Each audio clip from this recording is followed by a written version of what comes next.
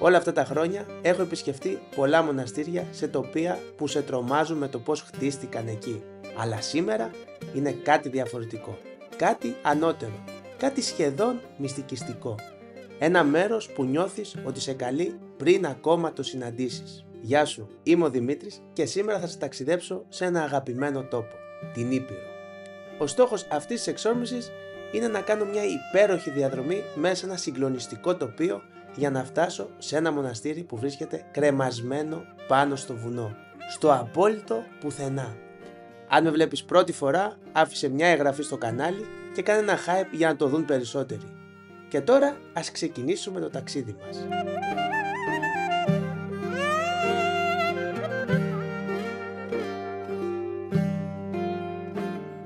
Αυτή είναι η Κόνιτσα, η κομμόπολη του νομού Ιωαννίνων που βρίσκεται 64 χιλιόμετρα βόρεια των Ιωαννίνων, χτισμένη στις πλαγιές του βουνού Τραπεζίτσα της οροσειράς της Πίνδου. Η Κόνιτσα είναι από τις αγαπημένες μου πόλεις στην Ελλάδα. Βρίσκεται στην αγκαλιά της Πίνδου και από εδώ μπορώ να εξερευνώ μια περιοχή που είναι πραγματικά πολυπίκυλη και ασυναγώνιστα όμορφη. Βρίσκομαι στην πλατεία της πόλης, εδώ όπου χτυπά ο παλμός της πόλης και είναι το κορυφαίο σημείο συνάντησης για τους ντόπιους.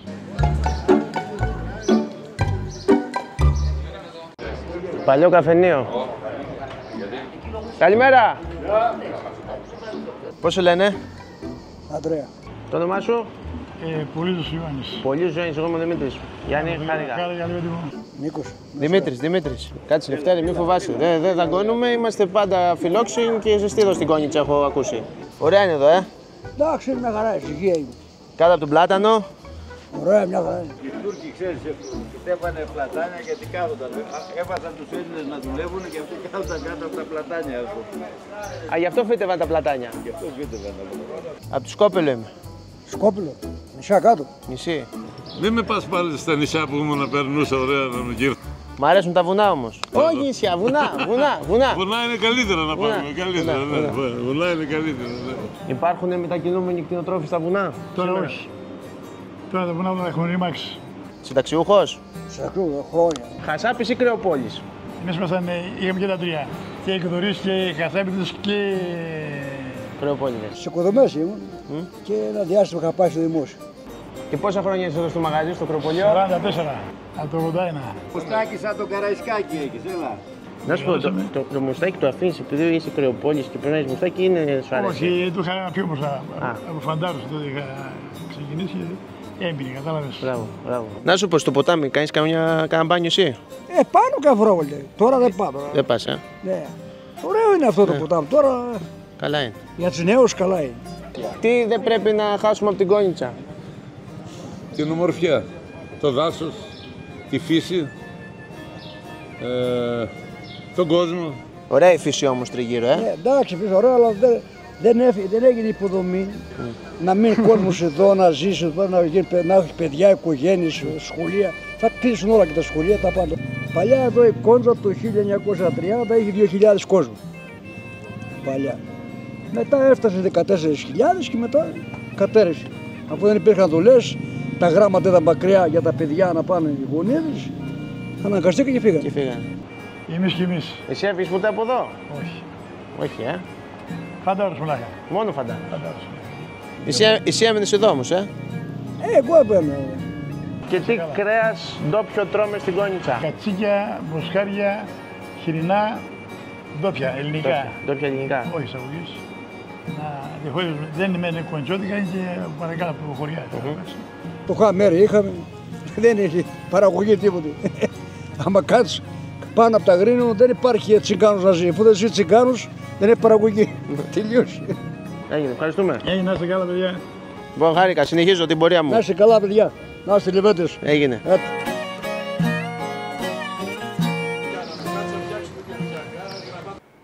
Γεια σας, καλημέρα.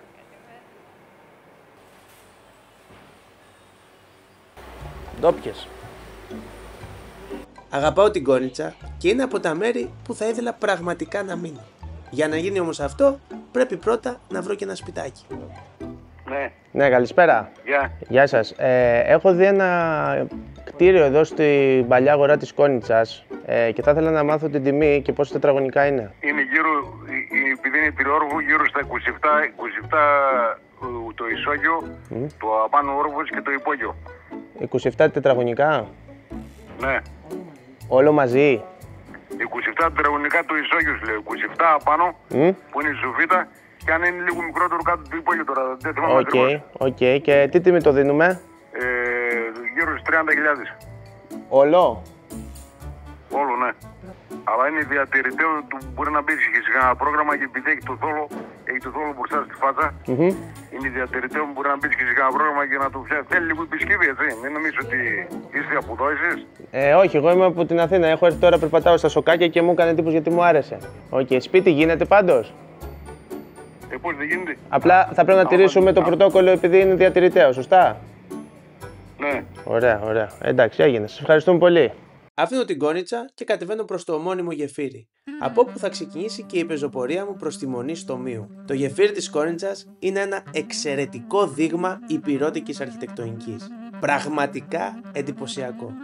Και αυτά είναι μερικά από όσα πρέπει να θυμάσαι για αυτό το γεφύρι. Κτίστηκε από τους ξακουστούς ηπειρώτες μαστόρους της Πέτρας με πρωτομάστορα το Γιώργο Φρότζο από τη γειτονική Πυρσόγιανη. Βρίσκεται ακριβώς στην είσοδο της Χαράδρας του Αού με άνοιγμα τόξο που φτάνει τα 35,60 μέτρα και ύψος σχεδόν 19,25 μέτρα. Αν έχεις ψοφοβία, καλύτερα μην ανέβεις μέχρι εκεί πάνω, δεν χρειάζεται. Σκέψου ότι ακριβώς κάτω από την καμάρα του γεφυριού υπάρχει μια καμπάνα που παλιά χτυπούσε για να προειδοποιεί τους περαστικούς να μην διαβούν το γεφύρι όταν φυσούσε δυνατός άνεμος μέσα από τη Χαράδρα, γιατί όπως καταλαβαίνεις υπήρχε κίνδυνος να παρασυρθούν. Αλήθεια είναι πως αξίζει να φτάσεις μέχρι την Κόνιτσα μόνο και μόνο για αυτό το γεφύρι. Τα πέτρινα γεφύρια στην Ήπειρο λειτουργούν και ως πύλες εισόδου. Μια πύλη εισόδου είναι προς τη Χαράδρα του Αού. Ξεκινάμε από το πέτρινο γεφύρι της Κόνιτσας για να περπατήσουμε περίπου 5 χιλιόμετρα για να φτάσουμε μέχρι τη Μονή Στομίου. Είναι ο καλύτερος τρόπος για να ανακαλύψεις αυτή την μοναδική ομορφιά της Χαράδρας του Αού. Το μονοπάτι για τη Μονή Στομίου είναι μια διαδρομή που μπορεί πραγματικά να την κάνει ο καθένας. Ακόμη και εσύ, που ίσως δεν έχεις ξαναπερπατήσει σε πεζοπορία και θέλεις να δοκιμάσεις κάτι όμορφο και προσιτό. Η συνολική απόσταση μέχρι το μοναστήρι είναι περίπου 5 χιλιόμετρα και θα σου πάρει από 1,5 έως 2 ώρες ανάλογα με το ρυθμό σου. Η διαδρομή είναι πανέμορφη, σχεδόν σε όλο της το μήκος δίπλα στον ναό ποταμό, με τον ήχο του νερού να σε συνοδεύει συνεχώς. Η καλύτερη περίοδος για να περπατήσεις είναι τέλος άνοιξης, το καλοκαίρι και αρχές φθινοπόρου. Εγώ περπάτησα στο μονοπάτι αρχές Σεπτέμβρη και πραγματικά ήταν ιδανικά. Όσο για την ώρα, προτίμησε νωρίς το πρωί για να έχεις όλη τη μέρα μπροστά σου να το ζήσεις και να το απολαύσεις. Αγαπάς τη φύση και σου αρέσει η πεζοπορία. Μια από τις διαδρομές που πρέπει να κάνεις στη ζωή σου είναι να αυτή και να διασχίσεις τη Χαράδρα του Αού ποταμού. Γιατί? Γι' αυτό.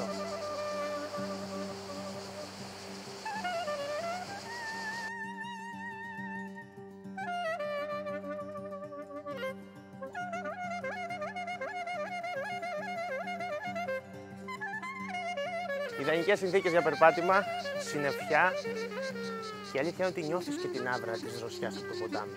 Κοιτάξτε όμως την τριγύρω φύση. Η αλήθεια είναι ότι είναι σκηνικό από ταινίες στην Ασία. Αυτή η βράχη με τη βλάστηση πάνω θυμίζουν λίγο έτσι Ταϊλάνδη, Φιλιππίνες. Αυτή λοιπόν είναι η μεγαλειώδης Χαράδρα του Αού ποταμού. Έχει μήκος συνολικά 8 χιλιόμετρα. Και το πλάτος του ξεκινά από 300 μέτρα μέχρι και 2,5 χιλιόμετρα. Αυτό όμως το οποίο είναι εντυπωσιακό περπατώντας εδώ στη Χαράδρα είναι ότι η υψομετρική διαφορά από τον ποταμό μέχρι την κορυφή αγγίζει τα 2.000 μέτρα. Κοιτάξτε. Μέχρι την Καμήλα πάνω την Τύμφη 2.000 μέτρα υψομετρική διαφορά. Φανταστείτε πόσο μικροί είμαστε σε αυτό το τοπίο. Ο Αός ποταμός είναι ένας από τους τελευταίους άγριους ποταμούς της Ευρώπης. Θεωρείται από τα τελευταία ποτάμια της Ευρώπης που παραμένουν εντελώς ελεύθερα, ανεξέλεκτα και μη φραγμένα. Αυτό του δίνει μια ανεκτήμητη αξία που το νιώθεις μόνο αν περπατήσεις δίπλα του.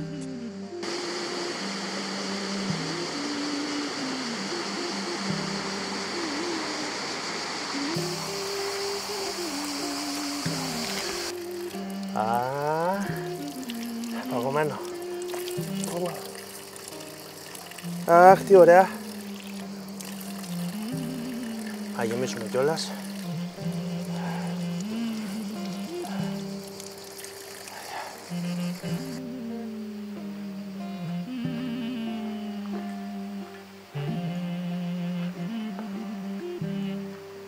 Λίγο πριν φτάσουμε στη Μονή Στομείου, μας καλωσορίζουν κάποια αποφεύγματα του Αγίου Παϊσίου. Αυτό που μου έκανε εντύπωση όμως λέει το εξής: όταν αγαπάς άλλον λιγότερο και άλλον περισσότερο, η αγάπη σου δεν είναι θεϊκή.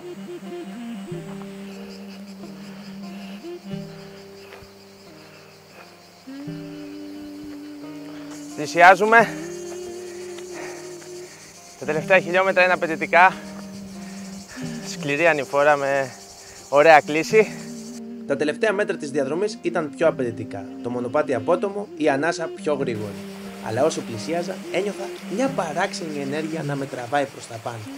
Σαν κάτι να μου έδινε δύναμη εκεί που πίστευα πως έφτασα στα όρια μου. Και τότε, ξαφνικά, άνοιξε μπροστά μου η Μονή Στομείου. Ανάμεσα στη γη και τον ουρανό. Κρεμασμένη στην τύμφη, πάνω από το συγκλονιστικό φαράγγι του ΑΟ. Φτάσαμε στην Ιερά Μονή Στομείου. Είμαι κουρασμένος γιατί τα τελευταία μέτρα ήταν όντως πολύ απαιτητικά. Αλλά κοιτάξτε πού βρίσκομαι.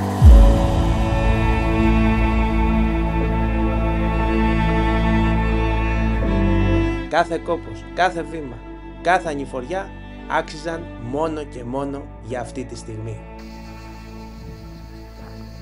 Τρομακτική φύση, παιδιά. Η θέα της δεν μπορεί να σε αφήσει ασυγκίνητο. Είναι συγκλονιστικό το θέαμα να αντικρίζεις αυτό το τοπίο.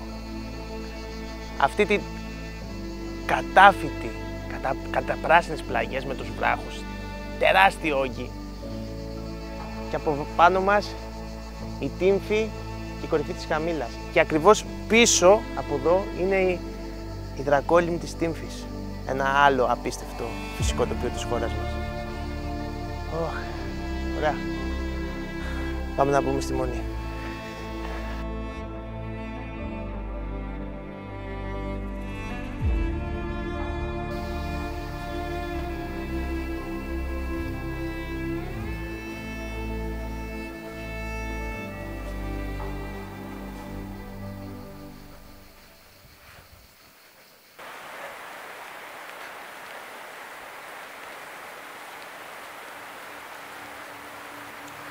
Ο Άγιος Παΐσιος έζησε εδώ από το 1958 έως το 1962, στην αρχή του μοναστικού του βίου, πριν περάσει από το Σινά και αργότερα καταλήξει στο Άγιο Όρος.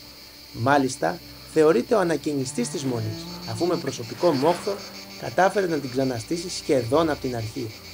Κουβαλούσε πέτρες, ξύλα και βαριά φορτία με τα χέρια, ανεβαίνοντας από το ποτάμι μέσα από ένα μονοπάτι που τότε ήταν πολύ πιο δύσκολο και επικίνδυνο από ό,τι σήμερα. Επισκέπτηκα και το κελί του, ένα μικρό, λιτό δωμάτιο όπου όλα ήταν απλά. Το μοναδικό του έπιπλο ήταν ένα ξύλινο κρεβατάκι που είχε φτιάξει μόνος του. Λίγες εικόνες στους τοίχους, ένα παράθυρο που βλέπει προς τη χαράδρα του ΑΟ και μια σιωπή που σε γεμίζει. Σήμερα η Μονή Στομείου παραμένει ένα ενεργό ανδρικό μοναστήρι. Και όταν φτάσεις ως εδώ, αντιλαμβάνεσαι ότι δεν επισκέπτεσαι απλώς έναν τόπο. Αγγίζεις ένα κομμάτι από τη ζωή και τον αγώνα ενός ανθρώπου που άφησε βαθύ αποτύπωμα σε όσους πέρασαν από αυτό το μονοπάτι.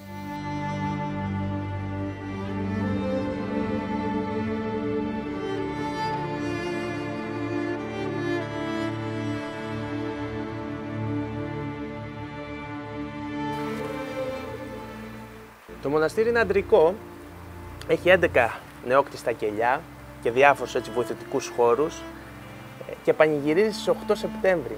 Εκείνη τη μέρα πλήθος κόσμου ξεκινά από το γεφύρι της Κόνιτσας, τη διαδρομή που κάναμε εμείς και φτάνει ως εδώ. Υπέροχο, παιδιά, πραγματικά. Όσο κι αν κουραστήκαμε, όσο κι αν ταλαιπωρηθήκαμε, τελικά για άλλη μια φορά, αυτό που λέω ξανά και ξανά, η φύση, βλέπετε, έρχεται να σε ανταμείψει και να σου πει μπράβο που μπήκες στη διαδικασία να περπατήσεις και να έρθεις μέχρι εδώ Γιατί εγώ για σένα έφτιαξα αυτό το τοπίο.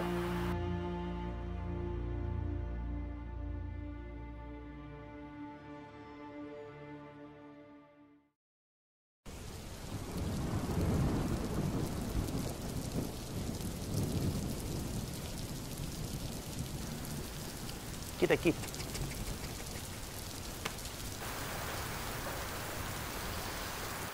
Μάζες είναι αυτό, τηλεμικές μάζες που μαζεύουν τώρα τα σύννεφα και τις κάνουν βροχούλα.